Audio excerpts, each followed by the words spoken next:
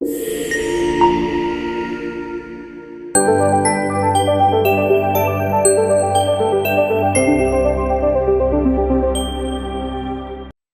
Back to nursing Pathsala. Hello my dear students, কেমন আছো তোমরা? আশা করি তোমাদের পড়াশোনা খুব ভালোই চলছে, কারণ এক্সাম আর একদমই বেশি বাকি নেই। এবং আজকে আমি তোমাদের জন্য নিয়ে এসেছি পোস্ট বেসিকে 2022-এর কোশ্চেন পেপার। পরীক্ষা দেওয়ার আগে প্রিভিয়াস কোশ্চেন পেপার অবশ্যই আলোচনা করে নিতে হয় বা একবার দেখে নিতে হয়, কারণ কিছু কিছু কোশ্চেন আমাদের কিন্তু রিপিট হয়। তো সেই জন্য আমরা আজকে প্রিভিয়াস ইয়ার্সের কোশ্চেন পেপার ডিসকাস করছি, 2022-এর পোস্ট বেসিকের কোশ্চেন। চলো শুরু করি। তোমরা নিশ্চয়ই জানো আমাদের পোস্ট বেসিকের যে কোশ্চেনের প্যাটার্ন রয়েছে সেখানে প্রথমে 40 নাম্বার আমাদের স্মল সাবজেক্টস থেকে থাকে এবং লাস্টে 60 মার্কসের কোশ্চেন আমাদের বড় সাবজেক্টগুলো থাকে। তো ফার্স্টে 40টা কোশ্চেন আমরা এক্সপেক্ট করছি যে আমাদের স্মল সাবজেক্ট থেকেই থাকবে। তো ফার্স্ট কোশ্চেন রয়েছে মাইক্রোবায়োলজি থেকে, vaccination was invented by. Vaccination থেকে দুটো কোশ্চেন হয়। প্রথমত একটা হচ্ছে ইনভেন্ট কে করেছিল ভ্যাকসিনেশন, যেটার অ্যান্সার হয় এডওয়ার্ড জেনার। আর একটা কোশ্চেন হয় ভ্যাকসিনেশন ওয়ার্ডটাকে কয়েন করেছিল, মানে ভ্যাকসিনেশন ওয়ার্ডটা তৈরি কে করেছিল, word coined by Louis Pasteur. তাহলে কয়েন্ড বাই যদি কোশ্চেন থাকে, কয়েন্ড বাই, তাহলে সেটা হবে লুই পাস্তুর। আর যদি ইনভেন্টেড হয় তাহলে সেটার অ্যান্সার হবে Edward Jenner. Next, hypersecretion of growth hormone in adults does not cause increase in height because। তাহলে যদি গ্রোথ হরমোন অ্যাডাল্টদের মধ্যে হাইপার সিক্রেশন হয়, অর্থাৎ ইনক্রিজ সিক্রেশন হয়, তাহলে হাইটেরও কিন্তু ইনক্রিজ হচ্ছে না। কেন হচ্ছে না? কারণ epiphyseal plate clauses after adolescence. এটা এখানটায় অ্যান্সার হবে। কেন হবে? আমরা যদি বোনের স্ট্রাকচারগুলো দেখি, যদি লং বোনের স্ট্রাকচারগুলো দেখি এরকমভাবে থাকে, তাহলে সেই বোনের সাইডে থাকে এপিফাইসিয়াল প্লেট, যেগুলো ছোটোবেলাতে বা অ্যাডোলেসেন্স এজের আগে ওপেন থাকে, যেখান থেকে কি হয়, গ্রোথটা হয়, অর্থাৎ বোনগুলো লম্বা হয়। যখনই অ্যাডোলেসেন্সে প্রবেশ করছে তখন এই এপিফেসিয়াল প্লেটগুলো ক্লোজ হয়ে যাচ্ছে, যেই কারণে গ্রোথ হরমোন বেশি সিক্রেশন হলেও কিন্তু আর সেই গ্রোথটা হবে না বা এই লং বোনগুলো আর বাড়বে না। তাহলে সেই জন্য এপিফাইসিয়াল প্লেট ক্লোজ হয়ে যাওয়ার কারণে আর হাইটের কোনো ইনক্রিজ হয় না। তাহলে বুঝতে পেরেছো, এটার অ্যান্সার অপশন এ হবে। Next, name the common eye problem in preterm infant which may develop due to oxygen toxicity. Oxygen toxicity যদি হয় তাহলে কি আই প্রবলেম হতে পারে? এখানে অপশন রয়েছে কর্নিয়াল আলসার, অপথ্যালমিয়া নিউন্যাটোরাম, জুভেনাইল ক্যাটারাক্ট এবং ম্যাকুলার ডিজেনারেশন, যেগুলোর কোনোটাই এটার অ্যান্সার হবে না। অক্সিজেনের টক্সিসিটির জন্য প্রিটার্ম ইনফেন্টের মধ্যে যেটা দেখা যায় তাকে আমরা বলি রেটিনোপ্যাথি, রেটিনোপ্যাথি অফ প্রিম্যাচুরিটি। যেহেতু প্রিম্যাচিওরের মধ্যে হচ্ছে সেই জন্য প্রিম্যাচিউরিটি। ঠিক আছে, তাহলে বাচ্চাদের প্রিটার্ম ইনফ্যান্টদের অক্সিজেন টক্সিসিটি মানে ধরো অক্সিজেন তুমি বেশি দিয়ে দিলে, তাহলে সেখানটায় প্রিম্যাচিওর রেটিনোপ্যাথি হয়ে যায় বাচ্চাদের চোখে। ঠিক আছে, তাহলে এই কোশ্চেনটা বোর্ডের তরফ থেকে ভুল ছিল। Next question, process of making mRNA from DNA is called. mRNA থেকে ডিএনএর যে ট্রান্সফরমেশন হচ্ছে বা মেকিং হচ্ছে সেটাকে আমরা কি বলছি? ট্রান্সলেশন, ট্রান্সডাকশন, ট্রান্সক্রিপশন এবং টেলোফেজ। mRNA থেকে ডিএনএর প্রসেস অফ মেকিংটাকে আমরা ট্রান্সক্রিপশন বলি। Next question, majority of the drugs cross biological membrane primarily by passive diffusion, active transport, osmosis এবং ফেসিলিটেটেড ডিফিউশন। এখানে জিজ্ঞেস করছে যে যে সমস্ত ড্রাগ, বেশিরভাগ ক্ষেত্রে ড্রাগগুলো যে আমাদের বডিতে ট্রান্সফার হচ্ছে বা আমাদের পুরো বডিতে মিশে যাচ্ছে, সেটা কোন প্রসেসের মাধ্যমে হয়? দেখো, অ্যাক্টিভ ট্রান্সপোর্টের ক্ষেত্রে সবসময় এটিপি লাগে বা এখানটায় টাকা দিয়ে কাজ করাতে হয়। এক কথায় আমি যদি মনে রাখতে চাই, অ্যাক্টিভ ট্রান্সপোর্ট অর্থাৎ যেখানটায় আমাকে এটিপি খরচ করতে হচ্ছে তবে যে আমার কাজটা হচ্ছে, তাহলে সেটা আমাদের কনসেন্ট্রেশন গ্রেডিয়েন্টের অপোজিটে হয়। যেদিকে কম কনসেন্ট্রেশন, যেদিকে বেশি কনসেন্ট্রেশন, কনসেন্ট্রেশন গ্রেডিয়েন্টের দিকে হলে কি হয়, বেশি কনসেন্ট্রেশন থেকে লো কনসেন্ট্রেশনের দিকে চলে আসে। কিন্তু যদি কনসেন্ট্রেশন গ্রেডিয়েন্টের বিপরীতে হয় তাহলে লো কনসেন্ট্রেশন থেকে হাই কনসেন্ট্রেশনের দিকে পাঠাতে হয় এবং সেই ক্ষেত্রে আমাকে এটিপি খরচ করতে হয়। তাহলে মেডিসিনের যে পুরো বডিতে চলে যাওয়া সেটার জন্য অ্যাক্টিভ ট্রান্সপোর্ট হয় না, ফেসিলিটেটেড ট্রান্সপোর্টও হয় না, এটা নর্মালি প্যাসিভ ডিফিউশনের মাধ্যমে পুরো বডিতে সার্কুলেট করে যায়। ঠিক আছে, এটা মনে রাখবে। Next question, an adult female may be considered as obese whose BMI according to WHO is. যদি বিএমআই মানে বডি মাস ইন্ডেক্স কতর ওপরে হলে আমরা তাকে ওবেজ বলবো? তাহলে মোর দেন 30 মোর দেন 30 যদি হয় তখন সেটাকে ওবেস বলা হয়। বডি মাস ইন্ডেক্স মোর দেন 30 হলে আমরা সেটাকে বলছি ওবেস। 25 থেকে 29কে ওভারওয়েট বলা হয়। এই 18.5 থেকে 24.9 এটাকে আমরা নর্মাল বলি, অর্থাৎ নর্মাল ওয়েল হিউম্যান বিইংয়ের ক্ষেত্রে এটা দেখা যায়। লেস দেন 18.5 হলে সেটা আন্ডারওয়েট হয়ে যায়। ঠিক আছে, তাহলে মোর দেন 30 হচ্ছে বিএমআই ওভারওয়েট, সরি ওবেস। আচ্ছা, এবারে বিএমআই কিভাবে ক্যালকুলেট করব তার একটা ফর্মুলা রয়েছে। সেটা কিভাবে হয়, ওয়েট ইন কেজি, কেজিতে আমরা ওজন দেখছি এবং ডিভাইড করছি height in metre, height in metre এবং সেটাকে স্কোয়ার করছি। Height in metre square weight in KG দিয়ে ডিভাইড করলে সেটা থেকে আমরা এই বিএমআই এর ক্যালকুলেশনটা পেয়ে যাই। Next question, the nurse is aware that the following solutions is routinely used to flush an IV device before and after the administration of blood to a patient is. তাহলে normally আমরা flush করি চ্যানেলে, ধরো কোনো IV fluid দিয়েছি, block হয়ে গেছে, যাচ্ছে না, তাহলে আমরা ফ্লাশ করছি। এখানে বলছে যে ব্লাড ট্রান্সফিউশনের আগে বা ব্লাড ট্রান্সফিউশন যখন করতে যাচ্ছি তার আগে বা পরে আমরা কিভাবে ফ্লাশ করব। 0.9% সোডিয়াম ক্লোরাইড অর্থাৎ নর্মাল সেলাইনের কথা বলা হচ্ছে, স্টেরাইল ওয়াটার বলা হচ্ছে, 5% ডেক্সট্রোজ ইন ওয়াটার সলিউশন আর একটা হেপারিন সোডিয়াম।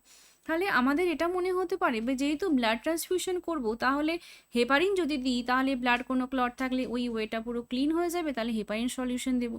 কিন্তু হেপারিন সলিউশন আমরা সব জায়গাতে দিতে পারি না। কেন?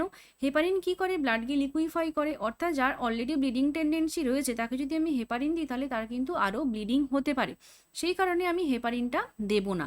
আমাদের নর্মালি যে কোনো ফ্লাশের জন্য আমরা কখনোই স্টেরাইল ওয়াটারও ইউজ করি না, আমরা সবসময় নর্মাল সেলাইন ইউজ করি। ঠিক আছে, তাহলে ব্লাড ট্রান্সফিউশনের আগে এই শব্দটা এখানটায় মেনশন করে আমাদেরকে একটু কনফিউজ করে দেওয়া হয়েছে, কিন্তু নর্মালি আমরা যে কোনো ফ্লাশ করার জন্য সবসময় নর্মাল সেলাইন 0.9% নর্মাল সেলাইনটাই ইউজ করব।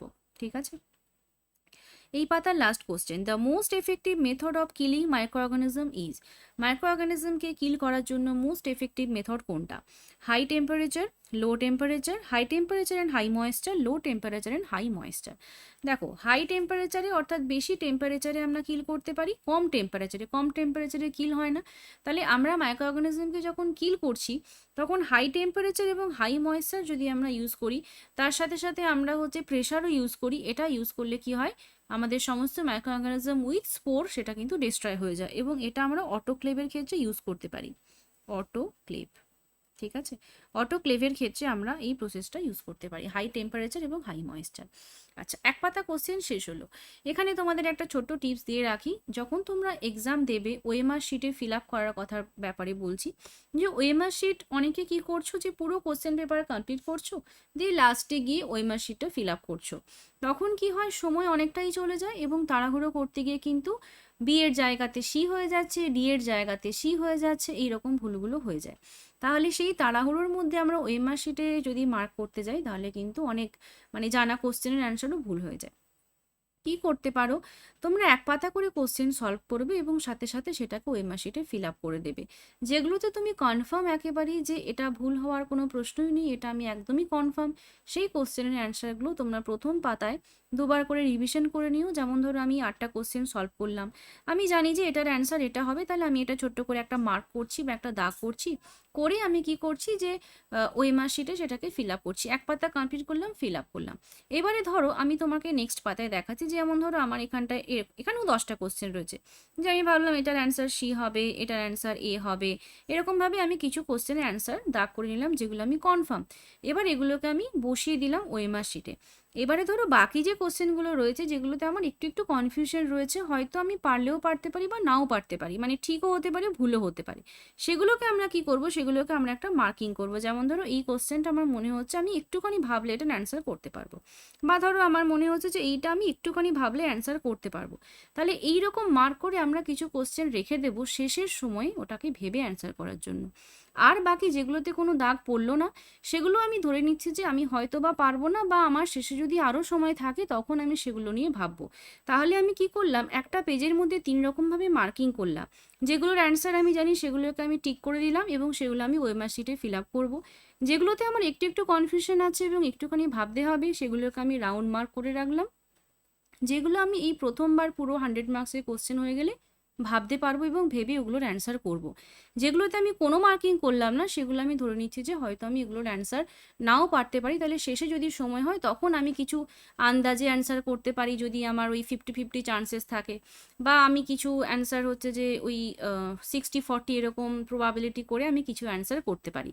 কিন্তু এরকম যদি আমি মার্ক করি তাহলে আমার টাইমও অনেকটা সেভ হবে এবং আমার ওই ওএমআর শিটে পুট করতে গিয়ে ভুল হয়ে যাওয়া বা একই কোশ্চেন বারবার পড়ে সময় নষ্ট করা সেই জিনিসগুলো হবে না। তো এটা তোমরা ফলো করতে পারো, যদি তোমাদের মনে হয় যে এভাবে করলে তোমাদের সুবিধা হবে তোমরা এটা ফলো করতে পারো। আমার মনে হয়েছে যে এইভাবে যদি আমরা অ্যান্সার করি তাহলে আমাদের টাইমটা বেশ কিছুটা ম্যানেজ হয়ে যাবে, একটু সুবিধে হবে। ঠিক আছে, চলে এসো নেক্সট কোশ্চেনে। Lack of relaxation between successive stimuli in sustained muscle contraction is known as। তাহলে এখানে বলতে চাইছে যে যখন একটা স্টিমুলাস দেওয়া হচ্ছে তাহলে মাসেল কন্ট্রাকশন হচ্ছে এবং মাসেল কন্ট্রাকশনের মধ্যে যদি কোনো রেস্টিং পিরিয়ড না থাকে, অর্থাৎ রিল্যাক্সেশনটা হচ্ছে না, সবসময় কন্ট্রাকশন হচ্ছে, এরকম যদি হয় তখন আমরা সেটাকে কি বলবো, স্পাজম বলবো, টিটেনাস বলবো, ফ্যাটিক বলবো নাকি টোনাস বলবো। এখানটায় ফ্যাটিক মানে হচ্ছে পেশির ক্লান্তি হয়, আচ্ছা, স্প্যাজম মানে হচ্ছে যে পুরো কন্ট্রাক্ট হয়ে রয়েছে সেই ব্যাপারটা হয়। টিটেনাস যেটা রয়েছে এই টিটেনাসটাকে আমরা বলতে পারি যে সাস্টেইনড মাসেল কন্ট্রাকশন, অনেকক্ষণ ধরে মাসেল কন্ট্রাক্ট হয়ে রয়েছে এবং এখানে কোনো রিল্যাক্সেশন হচ্ছে না। ঠিক আছে, তো এটার অ্যান্সার টিটেনাস হবে। Next, which of the following type of insulin is the treatment of choice in diabetic ketoacidosis? Diabetic কিটোঅ্যাসিডোসিসের জন্য আমরা কি ইনসুলিন দেব? তাহলে ডায়াবেটিক কিটোঅ্যাসিডোসিস হচ্ছে একটা এমার্জেন্সি সিচুয়েশন যেখানটায় যে সিবিজি বা ব্লাড সুগার রয়েছে সেটা অনেকটা হাই হয়ে যাচ্ছে এবং তার সঙ্গে সঙ্গে ইউরিনে কিটোন বডি প্রেজেন্ট থাকে, অ্যাসিটোন ব্রিথ থাকে, কুসমাল রেসপিরেশন থাকে, এগুলো সমস্ত ডায়াবেটিক কিটোঅ্যাসিডোসিসের সাথে রিলেটেড। এবারে সেই জায়গাতে আমাকে কি করতে হবে, এমন একটা ইনসুলিন দিতে হবে যাতে আমার খুব তাড়াতাড়ি মানে ওই হাই সিবিজি লেভেলটা ফল করে মানে সিবিজি লেভেলটা কমে যায় বা নর্মাল রেঞ্জে চলে আসে। তাহলে এখানে অপশন রয়েছে regular insulin, NPH insulin, ultra lente insulin আর অল অফ দিস। আচ্ছা, রেগুলার ইনসুলিনটা আমরা জানি যে ফাস্ট অ্যাক্টিং বা খুব তাড়াতাড়ি কাজ করে, এনপিএইচ ইনসুলিনটা ইন্টারমিডিয়েট অ্যাক্টিংয়ের মধ্যে পড়ে আর আলট্রা লেন্টিটা হচ্ছে লং অ্যাক্টিংয়ের মধ্যে পড়ে। তাহলে আমাকে রেগুলার ইনসুলিন দিতে হবে, রেগুলার ইনসুলিন দিলে আমি কি করতে পারবো, এই সিবিজিটাকে খুব তাড়াতাড়ি নামাতে পারবো বা নর্মাল রেঞ্জে নিয়ে আসতে পারবো। ঠিক আছে, তাহলে ইনসুলিনের যে টাইপস রয়েছে এবং কোনটা কতটা অ্যাক্টিং মানে কত ঘন্টা কাজ করে, যেমন রেগুলার ইনসুলিন 8 ঘন্টা, মিক্সচার ইনসুলিন 12 ঘন্টা, ল্যান্টাস হচ্ছে তোমার 24 ঘন্টা। তাহলে এই যে টাইমগুলো কোনটা কতক্ষণ কাজ করছে সেটা তোমাকে মুখস্থ রাখতে হবে। ঠিক আছে, next, who is considered as father of sociology? Father of sociology বলা হয় এক কথায় অগাস্টি কোমটি, এখানে আর কোনো কথা নেই। এরকমভাবেই father of microbiology, father of sociology, এরকম কিছু কোশ্চেন অনলাইনার থাকে, এগুলো তোমরা মুখস্থ রাখবে, ইম্পর্টেন্ট রয়েছে। Next, potassium ion increases the relaxation of the heart muscles which is antagonized by. অর্থাৎ এখানে বলতে চাইছে যে পটাশিয়ামের অ্যান্টিডোট কি। ঠিক আছে, মানে এখানে একটুখানি ঘুরিয়ে বলেছে কিন্তু এক কথায় বলতে চাইছে পটাশিয়ামের অ্যান্টাগনিস্ট বা পটাশিয়ামের অ্যান্টিডোট হিসেবে আমরা কি ইউজ করতে পারি। তাহলে পটাশিয়াম বেশি হয়ে গেলে আমরা ক্যালসিয়াম আয়ন দিই, তাই তো, তাহলে পটাশিয়াম আয়নের অ্যান্টিডোট হিসেবে আমরা ক্যালসিয়াম আয়ন ইউজ করতে পারি। ঠিক আছে, next, function of sodium ion in the body are all except. Sodium আয়নের আমাদের বডিতে কি কাজ রয়েছে, এক্সেপ্ট অর্থাৎ কোনটা নয়। এই যে এক্সেপ্টটা রয়েছে এখানটায় মার্ক করে দিয়েছে, একটা আন্ডারলাইন করে দিয়েছে, কিন্তু এক্সামে এরকমভাবে সবসময় থাকে না, কিন্তু এক্সেপ্টটা তোমরা অবশ্যই খুব ভালো করে নোট করবে। তাড়াহুড়ো করতে গিয়ে টেনশন করতে গিয়ে যদি এক্সেপ্ট নট এগুলোকে বাদ দিয়ে ফেলো তাহলে কিন্তু তোমার জানা কোশ্চেনের অ্যান্সার ভুল হয়ে যাবে। ঠিক আছে, তো এটাকে খুব ভালো করে নোট করবে, এই রকম ভুল যেন তোমার একদমই না হয়। ঠিক আছে, আচ্ছা, এখানে বলছে regulation of acid base balance in the body. তাহলে বডির অ্যাসিড বেস ব্যালেন্স মেনটেন করার জন্য সোডিয়াম ভীষণই একটা ইম্পর্টেন্ট। তারপরে regulation of the osmotic pressure of the plasma tissue fluid, এটাও একটা important function. Originating and maintaining heartbeats, যেহেতু সোডিয়াম রয়েছে, সোডিয়ামের সাথে হচ্ছে তোমার ক্যালসিয়াম, সোডিয়ামের সাথে পটাশিয়াম, এগুলো মেন কম্পোনেন্ট আমাদের, মানে মেন আয়ন্স। তাহলে হার্টবিটস মেনটেনিংয়ের ক্ষেত্রেও পটাশিয়াম এবং সোডিয়ামের ভূমিকা রয়েছে, তাহলে এটাও একটা ফাংশনের মধ্যে পড়ছে। আর লাস্ট রয়েছে এসেনশিয়াল কনস্টিটিউয়েন্টস অফ নিউক্লিয় প্রোটিন। নিউক্লিয় প্রোটিনের এসেনশিয়াল কনস্টিটিউয়েন্টের মধ্যে সোডিয়াম আয়ন পড়ে না, অর্থাৎ এটা আমার অ্যান্সার হবে, কারণ এখানে এক্সেপ্ট রয়েছে। কি পড়ে? এটা তৈরি হয় নাইট্রোজেন, নাইট্রোজেন, ফসফেট, এগুলো দিয়ে আমাদের এই নিউক্লিয় প্রোটিনটা তৈরি হচ্ছে, ঠিক আছে। Next, bioavailability of the drug refers to, ড্রাগের বায়ো অ্যাভেলেবিলিটি কাকে বলা হয়? Ratio of oral to parenteral dose, অর্থাৎ ওরাল এবং প্যারেন্টেরাল ডোজের রেশিও। নেক্সট বলছি ratio of drug excreted unchanged in urine to that excreted as metabolites, এটাও হবে না। Percentage of administered dose that reaches systemic circulation in the unchanged form, তাহলে এটা আমার অ্যান্সার হবে। বায়ো অ্যাভেলেবিলিটি বলতে বোঝায়, ধরো আমি একটা প্যারাসিটামল তোমাকে দিয়েছি, 650 mg একটা ট্যাবলেট তোমাকে দিলাম, তাহলে যখন সেটা সিস্টেমিক সার্কুলেশনে পৌঁছলো তখন সেটা 500 mg গিয়ে পৌঁছলো, বাকিটা এদিক ওদিক কোথাও থেকে চলে গেল, সিস্টেমিকে পৌঁছলো না, তাহলে সেই ড্রাগের বায়োঅ্যাভেলেবিলিটি কত হলো? 500 mg। এটাকে আমরা পার্সেন্টেজ করে দিই। তো আমি এটা জাস্ট এক্সাম্পলের জন্য সংখ্যাটা বললাম। তাহলে যখন আমি যেই ডোজটা দিচ্ছি সেটা সিস্টেমিক সার্কুলেশনে যেই পার্সেন্টেজে গিয়ে পৌঁছচ্ছে সেটাকেই আমরা ড্রাগের বায়োঅ্যাভেলেবিলিটি বলি। তাহলে ড্রাগের বায়োঅ্যাভেলেবিলিটি সিস্টেমিক সার্কুলেশনে যেটা পৌঁছয়, যদি 100% বায়োঅ্যাভেলেবিলিটি বলা হয় তাহলে সেটা সবসময় 100% বায়োঅ্যাভেলেবিলিটি হবে আইভি রুটের ক্ষেত্রে। যদি আইভি ড্রাগ দিই তাহলে সেটা সাথে সাথেই আমার ভেন্সের মধ্যে চলে গেল, তাহলে ওটা সাথে সাথে সিস্টেমিক সার্কুলেশনে চলে যাচ্ছে, ঠিক আছে। তাহলে bioavailability of drug, pharmacodynamics, pharmacokinetics, তারপরে তোমার প্রোড্রাগ রয়েছে, এরকম আরও কিছু ডেফিনেশনস রয়েছে ওই ফার্মাকোলজি ফার্স্ট চ্যাপ্টারে। তো সেগুলো তোমাদেরকে খুব ভালো করে পড়তে হবে। কয়েকটা ডেফিনেশন তোমরা একটু মুখস্থ রেখো, এখান থেকে ওয়ান লাইনের কোশ্চেন কিন্তু আসে, ঠিক আছে। আচ্ছা, next question, following are the strategies to promote effective human relations except, তাহলে এফেক্টিভ হিউম্যান রিলেশন প্রমোট করার জন্য আমরা কোন স্ট্র্যাটেজিটা নেব, মানে নেব না বলতে চাইছে, এক্সেপ্ট বলেছে। তাহলে ইন্ডিভিজুয়ালাইজড গোল বলতে আমার একটা গোল, তোমার একটা গোল, তোমার পাশের জনের একটা গোল, এরকম সবার আলাদা আলাদা গোল রয়েছে। তাহলে সবার যদি আলাদা আলাদা গোল থাকে তাহলে কি হিউম্যান রিলেশনশিপটা এফেক্টিভ হবে? হওয়া কিন্তু একটু কষ্টকর আছে, কারণ কি সবার যদি আলাদা আলাদা মতামত হয় তাহলে সেখানে আমি প্রমোট করব কিভাবে, তাই না? কমন অর্গানাইজেশনাল গোল যদি থাকে, যেখানে সবার একই রকমের গোল, তাহলে সেখানটায় এফেক্টিভ হবে। গ্রুপ কোহেসিভনেস, অর্থাৎ গ্রুপের সবাই একসাথে মিলেমিশে কাজ করছে।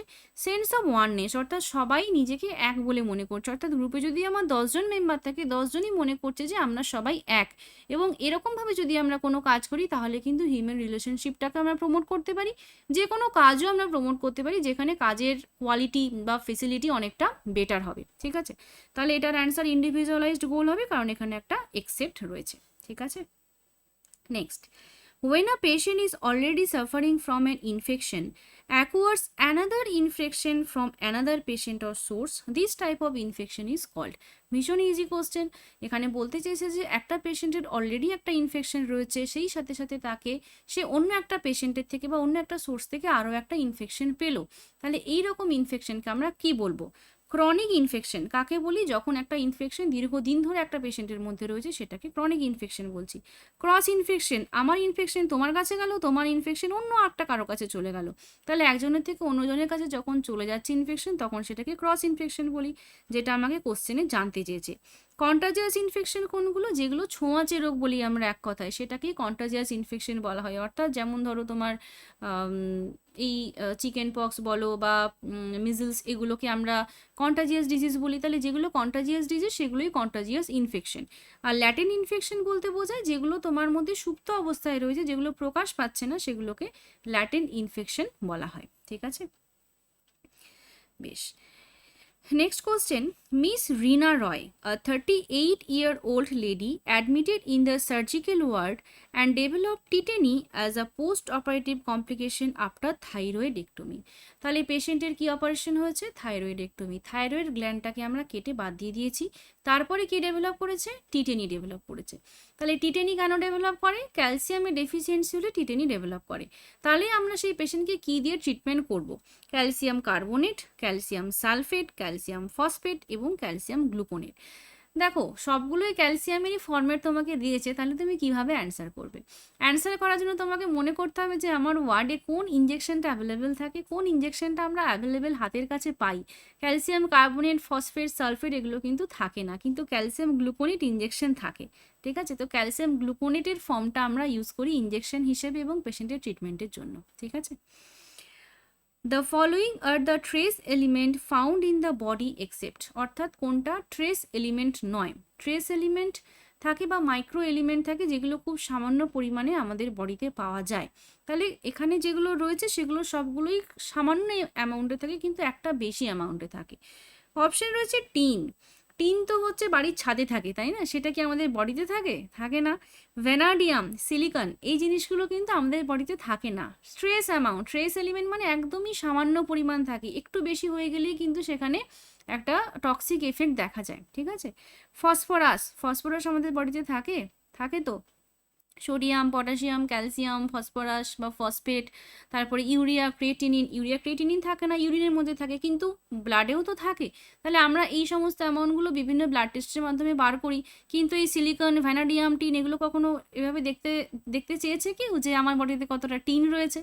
তাহলে এরকমভাবে তোমরা এইরকম কোশ্চেনের অ্যান্সারগুলো করতে পারো। তাহলে ট্রেস এলিমেন্ট মানে বলা হচ্ছে যেগুলো খুবই ট্রেস বা একদমই সামান্য বা না পাওয়া যাওয়ার কথা, সেই অ্যামাউন্টগুলো কোনটা এখানে পড়ে না। তাহলে এটার অ্যান্সার হচ্ছে phosphorus. Next, Broca's area in the left hemisphere usually is related to.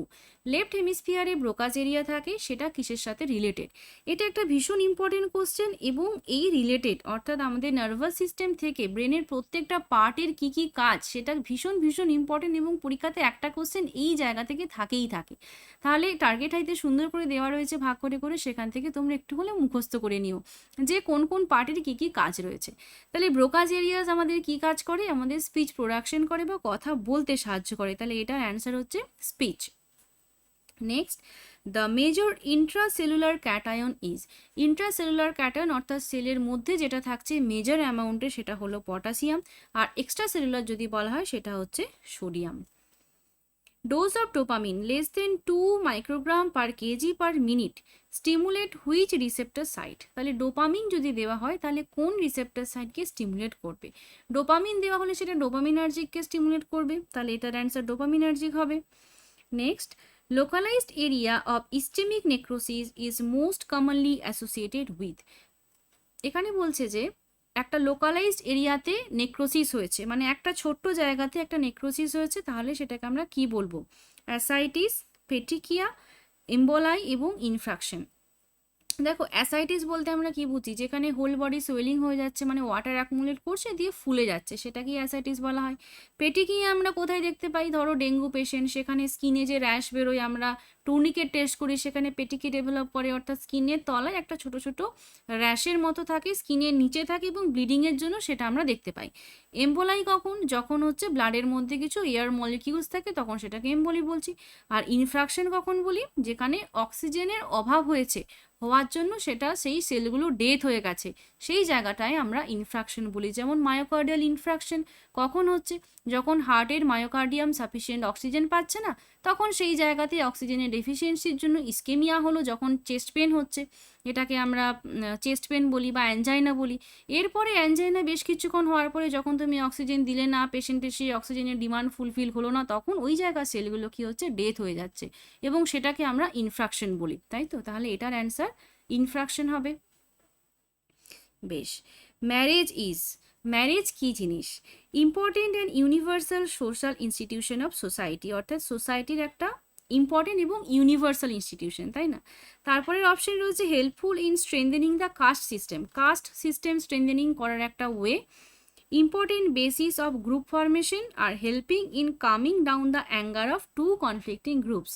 আচ্ছা, তাহলে অ্যান্সার কি হবে এটার অ্যান্সার অপশন এ হবে। অর্থাৎ একটা সোশ্যাল ইনস্টিটিউশন যেটা ভীষণই ইম্পর্টেন্ট এবং ইউনিভার্সাল, অর্থাৎ সমস্ত জায়গাতে, তুমি ওয়ার্ল্ডের যে কোনো জায়গাতে চলে যাও, সমস্ত জায়গাতেই ম্যারেজ রয়েছে। Drugs used as smooth muscle relaxants are, smooth muscle relaxant হিসেবে আমরা যে ড্রাগগুলো ইউজ করি তার মধ্যে কোনটা পড়ছে? কর্টিকোস্টেরয়েড, এনএসএআইডি, আচ্ছা এনএএসআইডিএস আছে, একটু স্পেলিং মিস্টেক রয়েছে, আমরা এনসেড বলি, এনএসএআইডি বলি, এখানে এনএএসআইডি বলেছে, অন্য কিছু বোঝাতে চেয়েছে কিনা জানি না, কিন্তু একটু মিস্টেক রয়েছে। অ্যাট্রোপিন আছে আর মার্কোলিডস রয়েছে। স্মুথ মাসেল রিল্যাক্সেন্ট হিসেবে আমরা অ্যাট্রোপিন ইউজ করি। মনে করে দেখো আমরা যে ইসিটি করেছিলাম, ইলেকট্রোকনভালসিভ থেরাপি, সেখানে আমরা অ্যাট্রোপিন ইউজ করি মাসেল রিল্যাক্সেশনের জন্য, ঠিক আছে।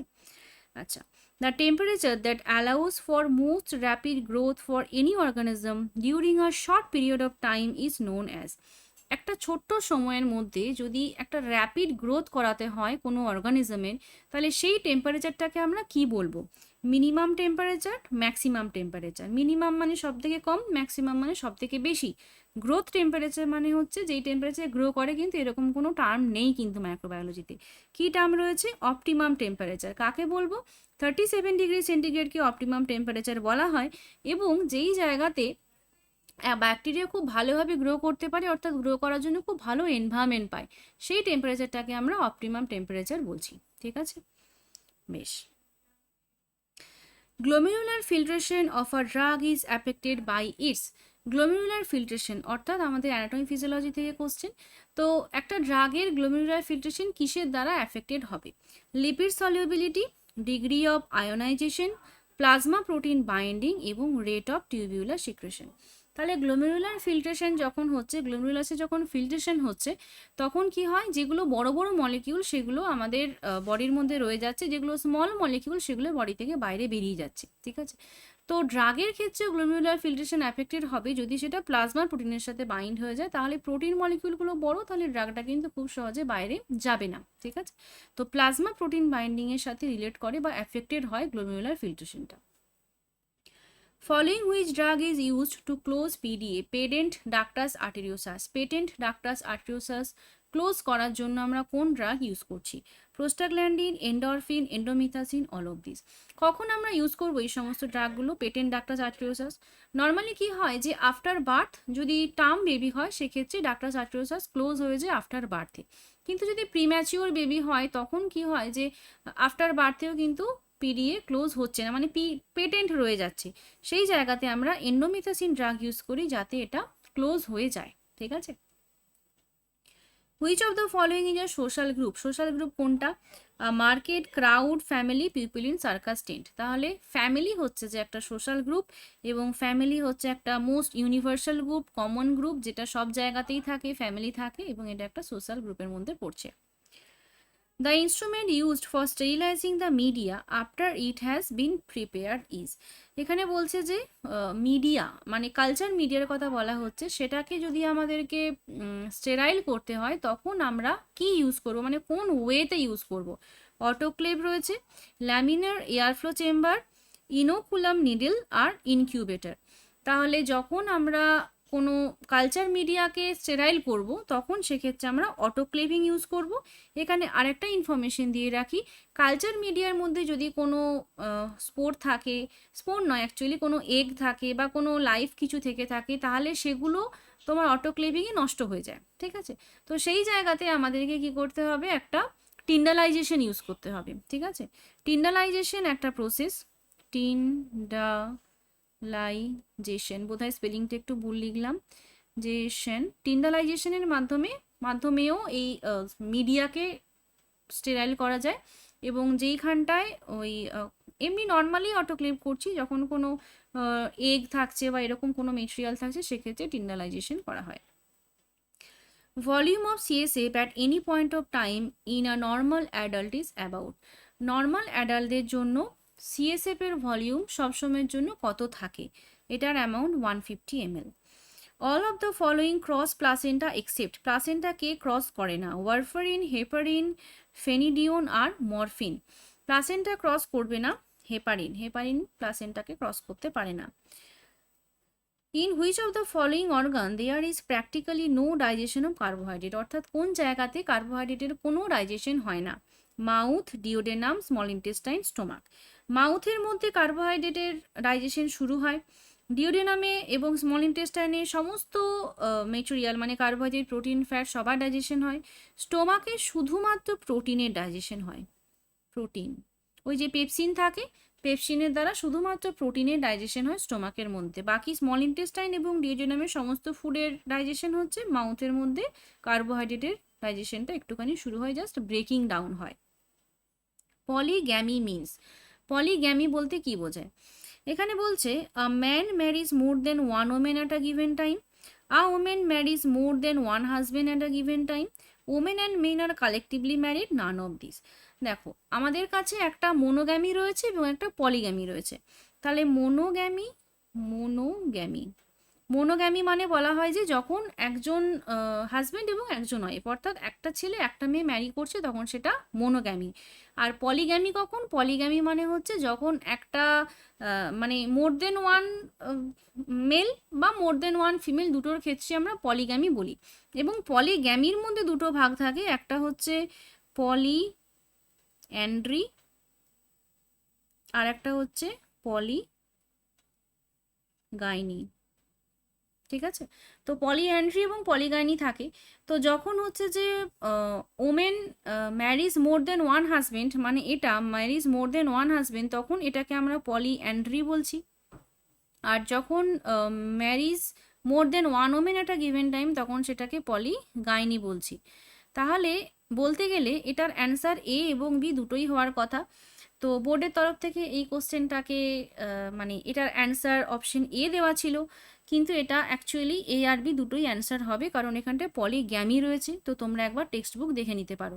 পলিগ্যামি এবং পলিগাইনি দুটো কিন্তু আলাদা। পলিগ্যামিতে পলিঅ্যান্ড্রি পলিগাইনি দুটোই পড়ে। পলিঅ্যান্ড্রি আর পলিগাইনি হচ্ছে পলিগ্যামিরই দুটো ভাগ। ঠিক আছে, তো এই জায়গাটা তোমরা একটুখানি টেক্সট বুক থেকে দেখে নিও। Next, in megaloblastic anaemia the cells are, megaloblastic অ্যানিমিয়াতে সেলগুলো কীরকম হয়? Macrocytic hypochromic, macrocytic hyperchromic, macrocytic normochromic এবং নান অফ দিস। মেগালোব্লাস্টিক অ্যানিমিয়ার ক্ষেত্রে যে সেলগুলো রয়েছে সেগুলো একটু বড় সাইজের হয়ে যায়, কিন্তু কালারটা সেমই থাকে। Alcohol concentrations about 70% are effective against bacteria, virus, fungi, all of this. সবার ক্ষেত্রেই অ্যালকোহলের 70%-এর ওপরে কনসেন্ট্রেশন এফেক্টিভ থাকে। Characteristics of society includes all of the following except, কোনটা সোসাইটির ক্যারেক্টারিস্টিক্সের মধ্যে পড়ে না? Geographical nation, common habits and customs, maintenance of order and peace, self actualization. এবারে দেখো, জিওগ্রাফিক্যাল নেশন বলছে সোসাইটির ক্ষেত্রে মানে কমিউনিটির ক্ষেত্রে মেনলি জিওগ্রাফিক্যাল নেশনটা থাকে, মানে কমিউনিটিতে একটা জিওগ্রাফিক্যাল বাউন্ডারিজ থাকে। তো জিওগ্রাফিক্যাল নেশন যদি পার্টিকুলারলি বলো তাহলে সেটা কমিউনিটি হয়, সোসাইটি হয় না। সোসাইটি মানে একটা বিরাট বড় অ্যাসপেক্ট, ঠিক আছে। আর যদি একদমই কোনোটা হয় না বলো তাহলে সেটা সেলফ অ্যাকচুয়ালাইজেশন হয়। তো এটার অ্যান্সার সেলফ অ্যাকচুয়ালাইজেশন হবে, কিন্তু এই জিওগ্রাফিক্যাল নেশনটাও কিন্তু একটা কোয়ারি মার্কের মধ্যে পড়ে, ঠিক আছে। Answer self actualization. Gonadotrophin activity in a normal pregnant female, তাহলে নর্মাল প্রেগনেন্ট ফিমেলদের ক্ষেত্রে গোনাডোট্রফিন অ্যাক্টিভিটি কীরকম থাকে? এটার অ্যান্সার হবে high level of HCG stimulates the synthesis of oestrogen and progesterone. তাহলে যখন এইসিজির লেভেলটা হাই থাকছে তখন ইস্ট্রোজেন এবং প্রোজেস্টেরনের সিনথেসিস হচ্ছে, এটাই নর্মাল প্রেগনেন্ট ফিমেলের gonadotrophin activity. Female gonads are, female gonads কোনগুলো? ফিমেল গোনার্স হচ্ছে আমাদের ওভারিসগুলো। ভ্যাজাইনা, ইউটেরাস, ফ্যালোপিয়ান টিউব এগুলো সমস্ত অ্যাক্সেসরি অর্গানস, কিন্তু ফিমেল গোনার্স বললে সেটা ওভারিস হবে। A group of unicellular eukaryotes which obtain nourishment by injection or absorption are called.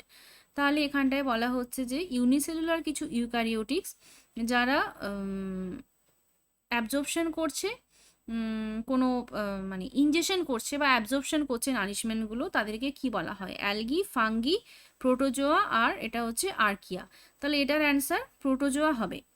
Proteins are polymers of, প্রোটিনগুলো কিসের polymer? Sugar, fatty acid, amino acid আর nucleotides. Protein হচ্ছে amino অ্যাসিডের polymer. তো এখানে আমাদের 40 মার্কসের কোশ্চেন কমপ্লিট হলো, অর্থাৎ এটা আমাদের পার্ট 1, যেখানে আমরা স্মল সাবজেক্টের কোশ্চেনগুলো ডিসকাস করেছি। তো এরপরে আমরা শুরু করব পার্ট বি, যেখানটা আমাদের বড় কোশ্চেনগুলো রয়েছে। Ramstedt operation is done for. র্যামস্টেডের অপারেশন কখন করা হয়? র্যামস্টেড অপারেশনের একটা বড় নাম রয়েছে যেটাকে আমরা বলি র্যামস্টেড পাইলোরোমায়োটমি। তো এখানে অপশন রয়েছে hiatus hernia, congenital megacolon, pylorostenosis আর রিপেয়ার অফ ক্লেপ লিপ।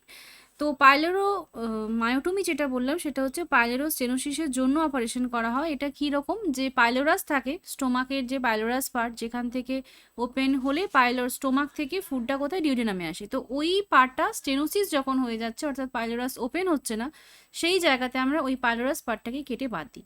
তো সেটাকেই র্যামস্টেডস পাইলোরোমায়োটমি বলা হয়। তো এটা পাইলোরোস্টেনোসিসের জন্য করা হয়। Old man appearance is seen in. Old man appearance কোথায় দেখা যায়? Fever, jaundice, marasmus, encephalopathy.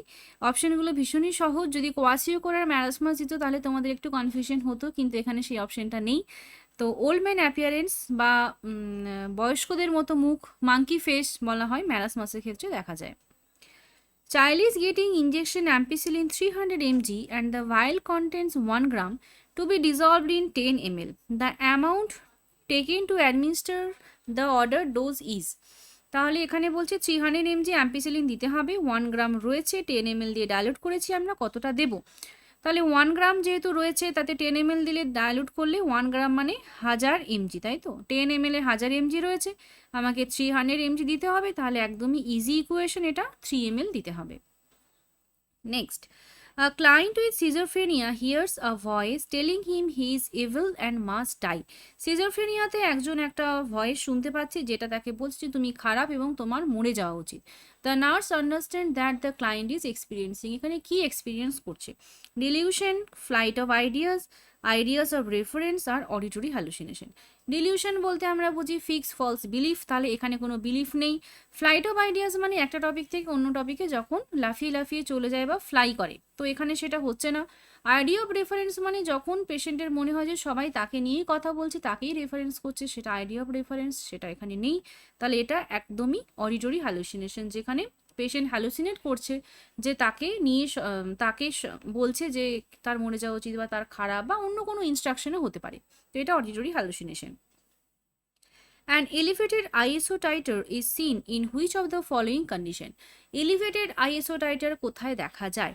Rheumatic ফিভারের ক্ষেত্রে elevated ISO titer দেখা যায়। A patient's unresolved feelings related to loss would be most likely observed during which phase of the therapeutic nurse-patient relationship? তাহলে therapeutic nurse patient রিলেশনশিপের ক্ষেত্রে পেশেন্টের যে unresolved feeling রয়েছে related to loss, সেটা আমরা কোন জায়গাতে দেখতে পাবো? 4টে স্টেজ হয়: প্রি ওরিয়েন্টেশন, ওরিয়েন্টেশন, ওয়ার্কিং এবং টার্মিনেশন। প্রি ওরিয়েন্টেশন অর্থাৎ যেখানে পেশেন্টের সাথে নার্সের এখনো পর্যন্ত দেখা হয়নি, তার ফাইলটা হয়তো নার্স পেয়েছে বা পেশেন্টের সম্পর্কে কিছু ইনফরমেশন সে পেয়েছে, সেটা প্রি ওরিয়েন্টেশন ফেজ। ওরিয়েন্টেশনের ফেজে পেশেন্টের সাথে নার্সের কমিউনিকেট করলো, ইন্ট্রোডাকশন হলো, কি প্রবলেম সেগুলো সম্পর্কে নার্স শুনলো এবং কতক্ষণ অবধি এই টোটাল সেশন চলবে সেগুলো নিয়ে ডিসকাশন হয়ে গেল। এরপরে ওয়াকিং ফেজে নার্স কাজ করছে এবং টার্মিনেট ফেজে পেশেন্ট কী করছে? টার্মিনেট ফেজে এসে পেশেন্টের যে আনরিজলভ ফিলিংস বা পেশেন্টের যে সমস্ত যেগুলো এখনও অবধি রিজলভ হয়নি, অর্থাৎ আমরা ইভালুয়েশন করছি বা ইমপ্লিমেন্টেশন যখন করছি, ইমপ্লিমেন্ট করার পরে আমরা ইভালুয়েট করি যে আমার জিনিসটা, যেই কাজটা আমি করলাম সেটা ঠিকঠাক হলো কিনা। তো সেই কাজটা ঠিকঠাক হলো কিনা দেখার জন্য আমাদের একটা ইভালুয়েশন করতে হয়, যেটা আমরা টার্মিনেশন ফেজে করে থাকি। তো টার্মিনেশন ফেজে গিয়ে আমরা জানতে পারবো যে পেশেন্টের কোনো আনরিজলভ ফিলিংস রয়েছে কিনা, তো এটা অ্যান্সার টার্মিনেশন হবে। ঠিক আছে, লাস্টে গিয়ে আমরা ইভালুয়েশনটা করি, তো ইভালুয়েশনে বুঝতে পারবো যে কোনো কিছু আরও পেশেন্টের রয়ে গেছে কিনা যেটা এখনও রিজলভ হয়নি। ঠিক আছে, বেশ। Physiological jaundice of newborn is develop due to. Physiological jaundice কেন ডেভেলপ করে? Pre orientation, RH incompatibility, ABO incompatibility, immature liver function আর all of this. Physiological jaundice এবং প্যাথোলজিক্যাল জন্ডিস নিউবর্নের ক্ষেত্রে ভীষণই একটা মানে ইম্পর্টেন্ট টপিক এক্সামের জন্য, তো দুটোর ডিফারেন্সটা খুব দরকার পড়ে। তো ফিজিওলজিক্যাল জন্ডিসের ক্ষেত্রে যেটা আমার নর্মাল, অর্থাৎ বাচ্চাদের ক্ষেত্রে ফিজিওলজিক্যাল জন্ডিস নর্মাল, তো সেটা 24 আওয়ার্সের পরে ডেভেলপ করে এবং সেটা ডেভেলপ করছে ইম্যাচিওর লিভার ফাংশনের জন্য, অর্থাৎ বাচ্চাদের লিভারটা তখন অবধি পুরোপুরি ফাংশন করতে পারেনি বা তখন অবধি ভালো করে শেখেনি, তো সেটার জন্য ইম্যাচিওর রয়েছে বলে ইম্যাচিওর লিভার ফাংশনের জন্য ফিজিওলজিক্যাল জন্ডিস হচ্ছে। এবং এখানে যে বিলিরুবিনের যে লেভেলটা সেটা নট মোর দেন 15 mg/dl, ঠিক আছে। আর যদি হচ্ছে প্যাথোলজিক্যাল জন্ডিস হয় তাহলে সেটা আরএইচ ইনকম্প্যাটিবিলিটির জন্য হতে পারে বা এবিও ইনকম্প্যাটিবিলিটির জন্য হতে পারে। Cytomegalovirus infection is an example of, cytomegalovirus ইনফেকশনকে আমরা কি বলবো? নোজোকোমিয়াল, আইট্রোজেনিক, অপরচুনিস্টিক আর জুনোটিক। নোজোকোমিয়াল বলা হয় যেটা হসপিটাল অ্যাকোয়ার ইনফেকশন, তাহলে নোজোকোমিয়াল এটা নয়। আইট্রোজেনিক ইনফেকশন মানে যেটা ফিজিশিয়ান অ্যাসোসিয়েটেড, অর্থাৎ ফিজিশিয়ানের বা কোনো প্রসিডিওর করতে গিয়ে যে ইনফেকশনটা হয়। জুনোটিক মানে যেটা জুনোটিক অ্যানিমেলের দ্বারা হচ্ছে। আর অপরচুনিস্টিক মানে যেটা অপরচুনিস্টিক, অর্থাৎ কাজ করতে গিয়ে বা কোনোভাবে বাইরে থেকে ইনফেকশন পেলো, তো এটা সাইটোমেগালো ভাইরাসটা একটা opportunistic infection. which one is regulate the body temperature? Body temperature K regulate করে? ভীষণ easy question, one liner. Hypothalamus রয়েছে যে বডি টেম্পারেচারটাকে রেগুলেট করছে। Client who experiences false sensory perception in presence of a stimulus is known as, stimulus present রয়েছে, presence of a stimulus, stimulus present রয়েছে সেখানটায় ফল sensory perception হচ্ছে, এটাকে আমরা কি বলবো? হ্যালুসিনেশন, ইলিউশন, লুজ অ্যাসোসিয়েশন আর নিওলজিজম। তাহলে যখন স্টিমুলাস প্রেজেন্ট রয়েছে তখন সেটা ইলিউশন, যদি অ্যাবসেন্স অফ স্টিমুলাস হয় তাহলে সেটা কি হবে? সেটা হ্যালুসিনেশন হবে। In which stage of sleep the muscles are completely relaxed? স্লিপের কোন স্টেজে গিয়ে মাসেল কমপ্লিটলি রিল্যাক্স হয়ে যায়? Stage 1, 2, 3, 4 NREM. Non rapid eye মুভমেন্টের যে লাস্ট স্টেজ রয়েছে স্টেজ 4, সেখানে গিয়ে টোটাল মাসেল রিল্যাক্সেশন হয়ে যায়। Mental disorder of chronic general impairment in intellectual functioning within clear consciousness is known as. তাহলে এটা একটা অর্গানিক ব্রেন ডিসঅর্ডারের কথা বলা হয়েছে, যেখানে ইন্টেলেকচুয়াল ফাংশনিংটা একটা জেনারেল ইম্পেয়ারমেন্ট হচ্ছে এবং কনসাসনেস ক্লিয়ার প্রেজেন্ট থাকছে। তো এখানে কনফিউশন হয় ডিমেনশিয়া এবং ডিলিরিয়াম নিয়ে। তো মনে রাখবে ডিমেনশিয়া হচ্ছে এজ রিলেটেড কারণের জন্য হয় এবং এখানটায় কনসাসনেস অল্টার্ড হয় না, নর্মাল থাকে। তো এটা ডিমেনশিয়া বা অ্যালজাইমার ডিমেনশিয়াও বলা হয়। আর ডিলিরিয়াম কোথায় হয়? ডিলিরিয়াম হচ্ছে ধরো একজন অ্যালকোহলিক কেউ, সেখানে মানে ভীষণ রকমভাবে ড্রিঙ্ক করেছে, অনেকটা দেশে পাগলামি করছে, কনসাসনেস চলে গেছে, সেটাতে ডিলিরিয়াম হয়, ঠিক আছে। তাহলে এটাকে আমরা ডিমেনশিয়া বলবো। Immunoglobulin abundantly present in human milk, human মিল্কে অ্যাবান্ডেন্টলি প্রেজেন্ট থাকে আইজিএ ইমিউনোগ্লোবিউলিন। আইজিই ইমিউনোগ্লোবিউলিন হচ্ছে অ্যালার্জিক রিয়াকশনের ক্ষেত্রে পাই আমরা। আইজিএম যেটা রয়েছে যেটা হচ্ছে সব থেকে বড় সাইজের, আর আইজিজি হচ্ছে সব থেকে বেশি অ্যামাউন্টের immunoglobulin. When transferring a patient from a bed to chair, the nurse should use which muscles to avoid back injury? Back injury prevent করার জন্য আমরা যখন একজন নার্স পেশেন্টকে বেড থেকে চেয়ারে শিফট করছে তখন কোন মাসেলগুলোকে ইউজ করবে? Abdominal muscle, back muscle, leg muscle আর আপার আর্ম মাসেল।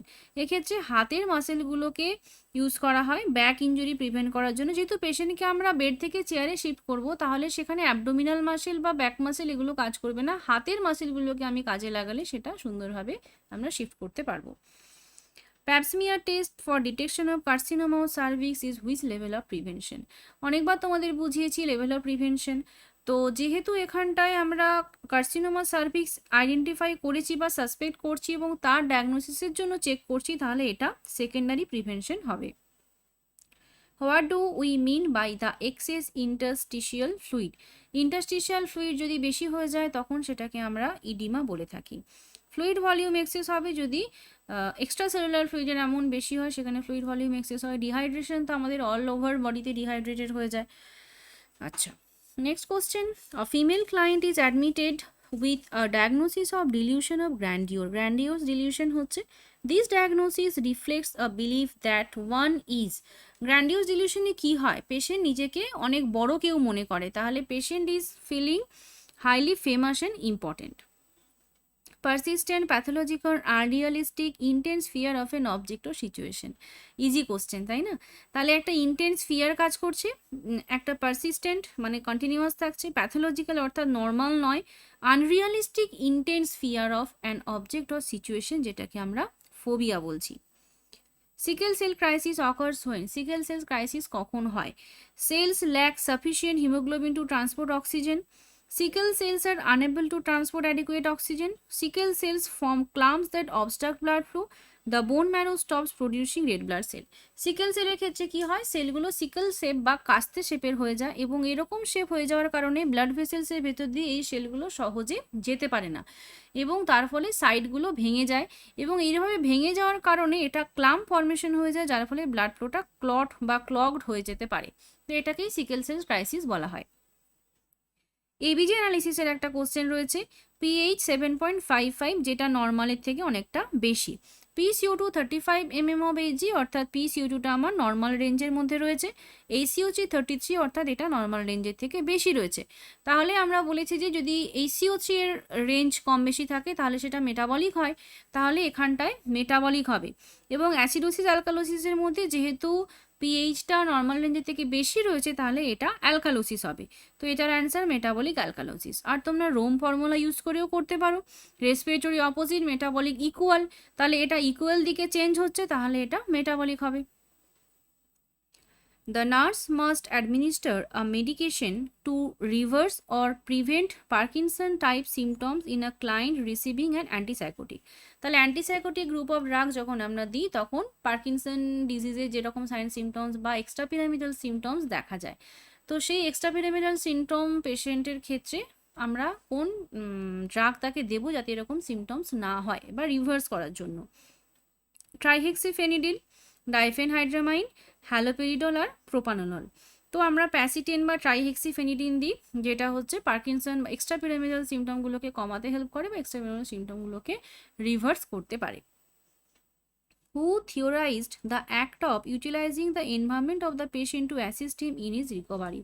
তাহলে এনভায়রনমেন্টকে আমরা ইউজ করতে পারি পেশেন্টকে হিল করার জন্য বা রিকভারির জন্য, অর্থাৎ এটা এনভায়রনমেন্টালিস্ট থিওরি, যেটা আমাদেরকে ফ্লোরেন্স নাইটিঙ্গেল দিয়েছেন। বিভিন্ন থিওরিগুলো যে যারা যারা প্রপোজ করেছেন সেই সমস্ত নামগুলো তোমরা মুখস্থ রাখবে, এক্সামে কোশ্চেন আসে।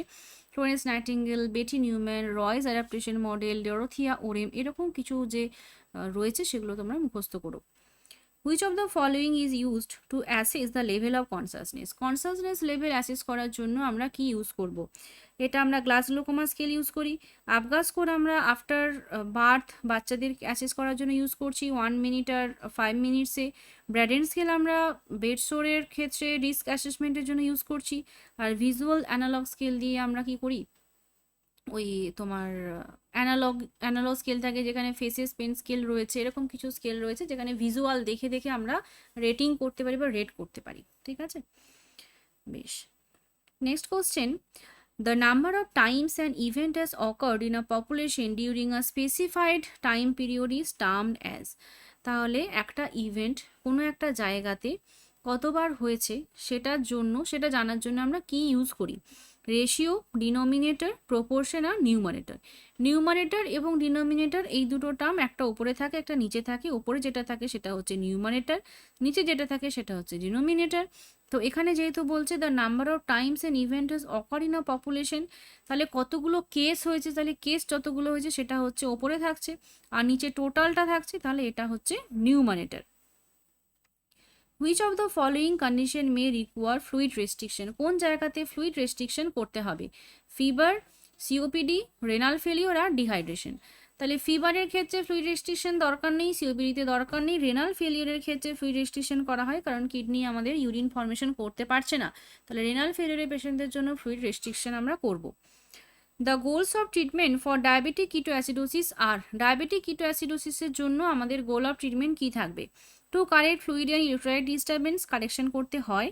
Two provide adequate insulin to restore and maintain normal glucose metabolism, অর্থাৎ ইনসুলিন দিয়ে আমাদেরকে ব্লাড সুগারটাকে নর্মাল নিয়ে আসতে হয়। টু কারেক্ট অ্যাসিডোসিস, অর্থাৎ কিটো অ্যাসিডোসিস হয়ে রয়েছে, তো সেই অ্যাসিডোসিসটাকে প্রিভেন্ট করতে হয়। তাহলে সবগুলোই আমাকে করতে হবে ডায়াবেটিক কিটো অ্যাসিডোসিসের ম্যানেজমেন্টে। প্রথমেই আমরা ফ্লুইড ম্যানেজমেন্ট করি, তারপরে আমরা ইনসুলিন এবং তারপরে acidosis. Smoky colour urine, hyperlipidaemia, proteinuria are characterised by. Smoky urine হচ্ছে লিপিডের পরিমাণ বেড়ে যাচ্ছে বা হাইপারলিপিডেমিয়া হচ্ছে, প্রোটিন ইউরিয়া হচ্ছে। এগুলো আমরা কোথায় দেখতে পাবো? Chronic renal failure, nephrotic syndrome, nephritis আর অল অফ দিস। তাহলে হাইপারলিপিডেমিয়া হয়, প্রোটিন ইউরিয়া হয়, ইউরিনটা ডার্ক কালারের ইউরিন হয়, এগুলো সমস্ত আমরা নেফ্রোটিক সিনড্রোমের মধ্যে পেয়ে থাকি। Anatomical closure of ductus arteriosus may occur. Ductus আর্টেরিওসাসের অ্যানাটমিক্যাল ক্লোজার কখন হয়? ফাংশনাল ক্লোজার একটা, অ্যানাটমিক্যাল ক্লোজার একটা। ফাংশনাল ক্লোজার অর্থাৎ যেখানে ফাংশনটা বন্ধ হয়ে যাচ্ছে, অ্যানাটমিক্যাল ক্লোজার অর্থাৎ স্ট্রাকচারটা চেঞ্জ হয়ে যাচ্ছে, অ্যানাটমিক্যালি বন্ধ হয়ে যাচ্ছে। তাহলে ইমিডিয়েটলি আফটার বার্থে ফাংশনাল ক্লোজার হচ্ছে, বিটুইন 1 to 3 মান্থসে অ্যানাটমিক্যাল ক্লোজার হচ্ছে। Zero incidence is, zero incidence বলতে এলিমিনেশন অফ ডিজিজ বলা হয়। Positive signs of schizophrenia is, সিজোফ্রেনিয়ার কিছু পজিটিভ সাইন থাকে আর কিছু নেগেটিভ সাইন থাকে।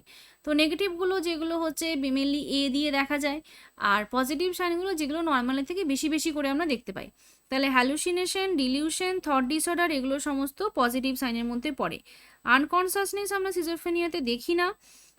ওভার ইটিং সিজোফ্রেনিয়ার ক্ষেত্রে পজিটিভ সাইন্সের মধ্যে পড়ে না, আর রিয়েলিটি ওরিয়েন্টেড পেশেন্ট থাকে না। ঠিক আছে, তাহলে এটা থট ডিসঅর্ডারটা অ্যান্সার হবে। Morbid fear of open places or leaving the familiar setting home is known as, phobia থেকে আরও একটা কোশ্চেন। তাহলে এখানে বলা হচ্ছে যে যদি ফিয়ার হয় যেখানে ওপেন স্পেস অর্থাৎ কোনো খোলা জায়গা বা নিজের চেনা পরিচিত কোনো জায়গা থেকে যখন বেরোতে হচ্ছে, তখন যে ফোবিয়াটা হয় তখন সেটাকে কি বলবো? অ্যাগোরাফোবিয়া, আইলিউরোফোবিয়া, জুফোবিয়া আর জেনোফোবিয়া। তাহলে এটার অ্যান্সার হবে অ্যাগোরাফোবিয়া। এটা তো ফোবিয়া টাইপসের মধ্যেই রয়েছে, তাহলে অ্যাগোরাফোবিয়া বলা হয়। আচ্ছা, ফোবিয়া মানে হচ্ছে ভয়, আর একটা ফাইল হয় PHILE, অর্থাৎ এটা সাফিক্সে ফাইল অ্যাড থাকে, সেটা মানে হচ্ছে ভালোবাসা। ঠিক আছে, মানে ধরো জুফোবিয়া মানে অ্যানিমেলে ভয়, আর জুফাইল এরকম হয় না অ্যাকচুয়ালি, মানে অ্যান্থ্রোফাইল বা তোমার কোনো কিছুর সাথে যখন এই ফাইল কথাটা অ্যাড থাকে তখন সেটাকে আমরা বলি যে লাভ ফর দিস থিংস। ঠিক আছে, আচ্ছা। The client has an order for 2 tablespoons of milk of magnesia. The nurse converting these to the metric system, how much she should have to give the client? 2 tablespoon milk of magnesia দিতে হবে। তাহলে table spoon মানে কতটা সেটাই জানতে চেয়েছে, 2 ml, 5 ml, 15 ml আর 30 ml। তাহলে table spoon মানে হচ্ছে 15 ml আর টিস্পুন মানে হলো 5 ml। 2 টেবিল স্পুন বলেছে, তাহলে এটা 30 ml হবে। Following sign and symptoms should be carefully assessed for diagnosis of preterm labor. Preterm labor identify করার জন্য কোন সাইন সিমটমস আমরা কেয়ারফুলি অবজার্ভ করব? At least 1 uterine contraction in 10 minutes, lasting for 30 minutes and progressive dilatation of cervix. তাহলে 10 minute ধরে last করছে, 30 মিনিটে at least একটা কন্ট্রাকশন আসছে এবং সার্ভিক্সে প্রোগ্রেসিভ ডাইলেটেশন হচ্ছে। আচ্ছা, এটা ঠিক আছে। তারপরে বলছে যে at least 2 uterine contraction in 10 minutes lasting for 20 minutes progressive dilatation of cervix. তাহলে এখানটায় একটা 2 ইউটেরাইন কন্ট্রাকশন বলেছে 10 মিনিটে, আর 30 মিনিটসে, আর এটাই বলেছে 20 মিনিটসে। আর পরের অপশন বলছে 3 uterine contraction in 10 minutes lasting for 10 minutes without cervical dilatation। তাহলে এখানে উইথাউট আছে, তাহলে এই অপশনটাকে আমরা বাদ দিতে পারি। At least 4 uterine contraction in 10 minutes lasting for 30 minutes। তাহলে প্রিটার্ম লেবার অর্থাৎ প্রিটার্ম লেবারকে যখন আমরা ডায়াগনোসিস করব তখন আমাদের ক্ষেত্রে কোনটাকে বেশি ভালো করে অবজার্ভ করতে হবে? তাহলে এটার অ্যান্সার কিন্তু অপশন এ হবে, যেটা 30 মিনিটসের মধ্যে একটা ইউটেরাইন কন্ট্রাকশন আমরা পাচ্ছি আর সার্ভিক্সে ডাইলেটেশনও হচ্ছে সাথে সাথে। নেক্সট হচ্ছে disease elimination is helped by. Disease এলিমিনেশনে কে হেল্প করছে? হার্ড ইমিউনিটি, আইসোলেশন, কোয়ারেন্টাইন আর none of this. Disease elimination অর্থাৎ যেখানে কোনো কেস আমরা পাবো না। তাহলে হার্ড ইমিউনিটি বলতে আমরা কি বুঝি? যে কমিউনিটিতে কি হচ্ছে, যে ইমিউনিটি সবার মধ্যে থাকতে থাকতে কি হয়, একটা ইমিউনিটি তৈরি হয়ে যায়, তাই তো? তাহলে সেটাকে আমরা হার্ড ইমিউনিটি বলি। তো এটার অ্যান্সার হার্ড ইমিউনিটি হবে। Frequent regurgitation in infants occur due to. ইনফ্যান্টদের ক্ষেত্রে ফ্রিকুয়েন্ট রিগার্জিটেশন কেন হয়? Relax cardiac sphincter, relax anal sphincter, relax pyloric sphincter, relaxation of glottis. তাহলে ইনফ্যান্টদের ক্ষেত্রে ফ্রিকুয়েন্ট রিগার্জিটেশন অর্থাৎ রিগার্জিটেশন হয় কেন? কারণ প্রথমে কার্ডিয়াক স্ফিংটার থাকে যেটা ইসোফেগাস এবং স্টোমাকের মধ্যে থাকে, তো সেটা যদি রিল্যাক্স থাকে তাহলে রিগার্জিটেশন হবে, অর্থাৎ ফুড মেটেরিয়াল স্টোমাক থেকে বেরিয়ে মুখে চলে আসবে। তাহলে এটার অ্যান্সার রিল্যাক্স কার্ডিয়াক স্ফিংটার হবে। বেশ, the ELISA test is used. ELISA test আমরা কোথায় ইউজ করছি? Screen blood donors for antibodies to human immunodeficiency virus বা HIV. Test blood to be used for transfusion for HIV antibodies. Aid in diagnosing a patient with AIDS আর all of this.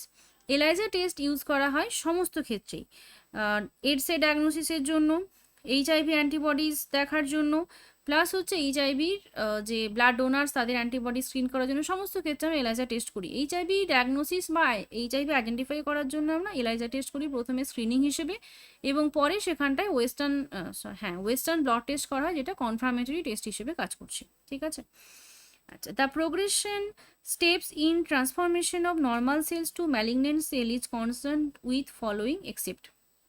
Normal cell থেকে malignant সেলে transformation হচ্ছে, তো সেখানটায় except বলেছে কোনটা হবে না। Irreversible changes occur to DNA, এটা ঠিক আছে।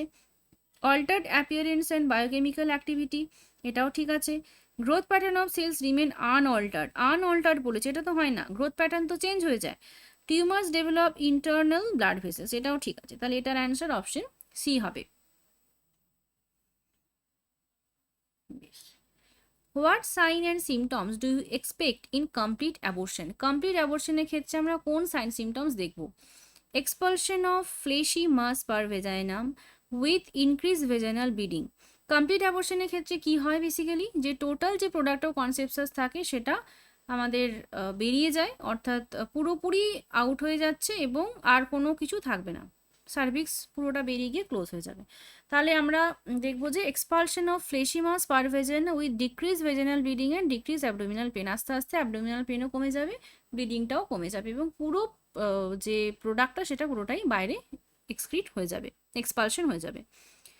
Which element in the circular chain of infection can be eliminated by preserving skin integrity?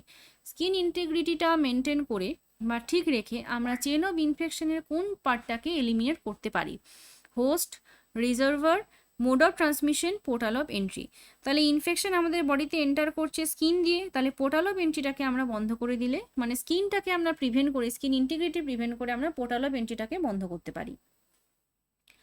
Oral thrush is caused by, oral thrush কার জন্য হয়? ওরাল থ্রাস হয় ক্যান্ডিডা অ্যালবিকান্সের জন্য। Koplik spot are characteristic features of, Koplik spot কোথায় দেখা যায়? কপলিক spot দেখা যায় রুবেওলা, বা এটাকে আমরা মিজলসও বলে থাকি। মিজলসের জন্য কপলিক স্পট, তো এখানে রুবেওলা দিয়েছে, রুবেলা আর রুবেওলা এই দুটোকে খুব ভালো করে নোট করবে। রুবেলা তো নর্মাল মিজলস মামস রুবেলা, আর রুবেওলা বলা হয় মিজলসকে। Total fertility rate refers to, total fertility rate কাকে বলা হয়? টোটাল ফার্টিলিটি রেট বলা হচ্ছে, এখানে বলছে number of women between 15 to 44 years of age, অর্থাৎ যাদের এজ 44 এর মধ্যে পড়ছে, number of birth per 1000 women, approximate completed family size, আর number of female children per women. কোশ্চেনটা একটু অন্যরকম, টোটাল ফার্টিলিটি রেটের কথা বলা হচ্ছে, অর্থাৎ কতটা ফার্টিলিটি। তাহলে টোটাল আমরা কমপ্লিটেড ফ্যামিলি সাইজ যদি দেখি অ্যাপ্রক্সিমেট, তাহলে সেটা আমার কমপ্লিটেড ফ্যামিলি সাইজ, মানে এরপরে আর ফার্টিলিটি আসবে না, সেই জন্য এটাকে তোমার টোটাল ফার্টিলিটি রেট বলা হচ্ছে। Bulging fontanelle is one of the important sign of, bulging fontanelle কোথায় দেখতে পাই? যখন ইনক্রিজ ইন্টারক্রেনিয়াল প্রেশার থাকে, আর যদি ডিহাইড্রেশন থাকে তখন ফন্টানেলগুলো ডিক্রিজ বা শ্রিঙ্ক হয়ে যায়, নিচের দিকে নেমে যায়, ডিপ্রেসড ফন্টানেল দেখি। ঠিক আছে, আচ্ছা। Cord compression may occur in post term delivery due to, post term ডেলিভারিতে কর্ড কম্প্রেশন কেন হয়? ডিমিনিস লাইকার অ্যামনি, লাইকার অ্যামনির পরিমাণ কমে যাচ্ছে বলে, ডিমিনিস ওয়াটসন্স জেলি, ওয়াটসন্স জেলির পরিমাণ কমছে বলে, ডিমিনিস প্লাসেন্টাল ফাংশন, প্লাসেন্টার ফাংশন কমছে বলে, নাকি ডিমিনিস ফিটাল ইউরিন, ফিটাসের ইউরিনের অ্যামাউন্টটা কমছে বলে? তাহলে কর্ড কম্প্রেশন হবে যদি হচ্ছে যে ওয়াটসন্স জেলির পরিমাণ কমে যায়, তাহলে কর্ডটা চুপসে যাচ্ছে বা চাপা হয়ে যাচ্ছে। ঠিক আছে, ওয়াটসন জেলি থাকে অ্যামনিওটিক ওই আম্বিলিকাল কর্ডের মধ্যে, তো সেই জেলিটা যদি কমে যায় তাহলে কর্ড কম্প্রেশন হয়ে যায় পোস্ট টার্ম ডেলিভারির ক্ষেত্রে। Systems which are activated in response to inflammation, ইনফ্লামেশনের জন্য কোন সিস্টেম অ্যাক্টিভেটেড হয়? জিআই, আই, রেসপিরেটরি, এটা হবে না। ইন্টিগুমেন্টারি বা স্কিন, মাস্কিউলার আর ইএনটি, এটাও হবে না। কাইনিন system, clotting system, sympathetic nervous system, এটা হবে। Skeletal system, GI system, respiratory system এটাও হবে না। When patients are first informed that they are HIV positive, their emotional response include, তাহলে যখন পেশেন্টকে প্রথমে বলা হয় যে তার এইচআইভি পজিটিভ হয়েছে তখন তার ফার্স্ট ইমোশনাল রেসপন্স কি হবে? তাহলে এখানে কুবের রসের থিওরি রয়েছে DA, তাহলে প্রথমেই রেসপন্স হচ্ছে ডিনায়াল। তাহলে দেখো এখানে কি বলছে, অ্যাঙ্গার বলছে, গিল্ট বলছে, আর despair over the prognosis sometimes triggering suicidal act. তাহলে ডিসপেয়ার বা এটাকে বলছি যে আমরা ডিনায়াল, ঠিক আছে। Next, which of the following test is most sensitive for the detection of iron depletion in pregnancy? প্রেগনেন্সির আয়রন ডিপ্রেশন ডিটেক্ট করার জন্য সবথেকে সেন্সিটিভ টেস্ট কোনটা? Serum iron, serum transferrin, serum ferritin, serum iron binding capacity. এটা আরও একভাবে question আসে যে কমিউনিটিতে আয়রনের ডেফিসিয়েন্সি দেখার জন্য বা আয়রন আমাদের বডিতে কীভাবে স্টোর থাকে, স্টোরেজ আয়রন দেখার জন্য আমাদের টেস্ট কী? তাহলে এগুলো সবগুলোরই অ্যান্সার কিন্তু সিরাম ফেরিটিন হবে। The mid-deltoid injection site is seldom used for IM injections because IM ইঞ্জেকশনের জন্য আমরা মিড ডেলটয়েডটাকে ইউজ করছি কেন? ক্যান অ্যাকোমোডেট, সেলডাম ইউজ বলা রয়েছে, মানে খুব কম ইউজ করা হয়, মিড ডেলটয়েডটাকে খুব কম ইউজ করা হয়। কেন করা হয়? দেখো কোশ্চেন পড়তে গিয়ে আমারও ভুল হলো, তাহলে কোশ্চেন পড়তে গিয়ে ভুল হতে পারে, তার জন্য সময় নিয়ে কোশ্চেন পড়তে হবে, ভালো করে কোশ্চেন পড়ে বুঝতে হবে। Can accommodate only 1 ml or less of medication, তাহলে শুধুমাত্র কম অ্যামাউন্টের মেডিকেশন দেওয়া যায় বলে। Bruises too easily, can be used only when the patient is lying down, does not readily parenteral medication. তাহলে মিড ডেলটয়েড বা হাতের যে ডেলটয়েড মাসেল রয়েছে সেটাকে আমরা একটু কম ইউজ করি, কারণ ওখানে খুব কম অ্যামাউন্টের ইঞ্জেকশন দেওয়া যায় বলে। তো 1 ml এখানটা বলেছে 1 ml বা 2 ml অবধি হয়, তো সেই জন্য আমরা ডেলটয়েডে খুব একটা ইঞ্জেকশন দিই না। আচ্ছা, নেক্সট রয়েছে which health personal links between ANM and anganwadi worker. ANM এবং অঙ্গনওয়াড়ি ওয়ার্কারের মধ্যে লিঙ্ক কে করছে? LHV, PHN, আশা আর সোশ্যাল ওয়ার্কার। আশা রয়েছে যারা কমিউনিটিতে ফিল্ডে কাজ করছে, এবং এএনএম অঙ্গনওয়াড়ি ওয়ার্কার এদের মধ্যে একটা কমিউনিকেশন লিঙ্ক দিচ্ছে। When teaching pregnant women about nutrition, the nurse would urge her to ingest foods containing which vitamin to prevent the risk of neural tube defect. তাহলে এক কথায় বলতে গেলে নিউরাল টিউব ডিফেক্ট প্রিভেন্ট করার জন্য আমরা কী রকমের ফুড দেবো প্রেগনেন্ট ওমেনকে? তো ফলিক অ্যাসিড দেওয়া হয়, মানে ফলিক অ্যাসিড দিতে হয় যাতে নিউরাল টিউব ডিফেক্ট না হয় তার জন্য, তাই না? Goodell sign is characterised by, Goodell sign আমরা, মানে গুডেল সাইন কাকে বলে? Bluish colouration of vagina, bluish colouration হলে সেটাকে জ্যাকুইমার সাইন বলা হয়। Softening of cervix, softening of সার্ভিসকে আমরা গুডেল সাইন বলি। আচ্ছা, নেক্সট রয়েছে mental disorder in which the thoughts, affective response, ability to recognise reality, communicate and relate to others are sufficiently impaired is known as. তাহলে mental disorder যেখানে thought, affective response, reality recognition, communication এগুলো সমস্ত impair হয়ে যাচ্ছে, এগুলোকে আমরা কি বলবো? নিউরোসিস, সাইকোসিস, রিগ্রেশন, রিপ্রেশন। তাহলে রিগ্রেশন আর রিপ্রেশন এই দুটো তো ডিফেন্স মেকানিজম। নিউরোসিস যেখানে রয়েছে, নিউরোসিসের ক্ষেত্রে কি হয়, এই যে কমিউনিকেশন আর রিয়েলিটির সাথে রেকগনিশন এগুলো কিন্তু অতটা অল্টার হয় না। সাইকোসিসের ক্ষেত্রে মানুষ পাগল হয়ে যায়, পাগলামি করে। নিউরোসিসের ক্ষেত্রে কি হয়, যেমন তোমার ফোবিয়া রয়েছে, তোমার ওসিডি রয়েছে, এগুলো কিন্তু নিউরোটিক ডিসঅর্ডার। তাহলে এগুলোতে কিন্তু মানুষের এই কমিউনিকেট করা, রিয়েলিটিকে রেকগনাইজ করা, এগুলোতে খুব একটা সমস্যা হয় না, তাই না? আচ্ছা, international classification of disease 10 is arranged as. International মানে ICD-10 এর কথা বলা হচ্ছে। ICD-10 কিভাবে ক্লাসিফিকেশন করা রয়েছে? Congenital malformation, neoplasm, certain infection and parasitic disease, external cause of morbidity and mortality. তো ICD-10 এর যে ক্লাসিফিকেশন রয়েছে সেখানে external cause of morbidity, mortality এর উপরে বেস করে ক্লাসিফিকেশন করা রয়েছে। ICD-10 কোড ইউজ করে আমরা ডিজিজগুলোকে ক্লাসিফাই করি। আমরা যে ICD-10 দিয়ে আমরা মেন্টাল হেলথের ডিজিজগুলোর ক্লাসিফিকেশন দেখিয়েছিলাম, সমস্ত ডিজিজের ক্ষেত্রে ICD-10 কোড ইউজ করা হয়। মানে আমরা ক্লিনিক্যালি খুব একটা ইউজ করি না, কিন্তু তোমরা যদি খেয়াল করে থাকো তাহলে ডেথ সার্টিফিকেট বলো বা ডিসচার্জ সার্টিফিকেট বলো, সেগুলোতে কিন্তু ICD-10 code wise diagnosis fill up করতে হয়। নেক্সট, লাস্ট পাতায় চলে এসেছি আমরা, আর কয়েকটাই মাত্র কোশ্চেন রয়েছে। তো চলো, nursing care of a patient undergoing trans oesophageal echocardiography include. তাহলে যাদের ট্রান্স ইসোফেজিয়াল ইকোকার্ডিওগ্রাফি হচ্ছে তাদেরকে আমরা কী রকমের নার্সিং কেয়ার দেবো? Obtaining signed inform consent, consent আমার লাগবে। পেশেন্ট এনকারেজড কাফিং, পেশেন্টকে কাফিং এনকারেজ করতে হবে। Removal of dentures or oral prosthesis, অর্থাৎ ওরাল প্রস্থেসিস ডেঞ্চার এগুলো থাকলে রিমুভ করতেই হবে। তাহলে কিছু হোক বা নাই হোক এই কনসেন্ট এবং ওরাল প্রস্থেসিস এই দুটো তো হবেই। তাহলে আমি ধরে নিচ্ছি যে অপশন বিটাও হবে এবং এটার অ্যান্সার অল অফ দিস হবে। ঠিক আছে। Unconscious defense mechanism in which unacceptable behavior, motives or feelings are logically justified is known as। যেগুলো আনএক্সেপ্টেড বিহেভিয়ার রয়েছে, মোটিভস রয়েছে বা ফিলিংস রয়েছে, সেগুলোকে লজিক্যালি জাস্টিফাই করা হচ্ছে। তো এটাকে কি বলবো?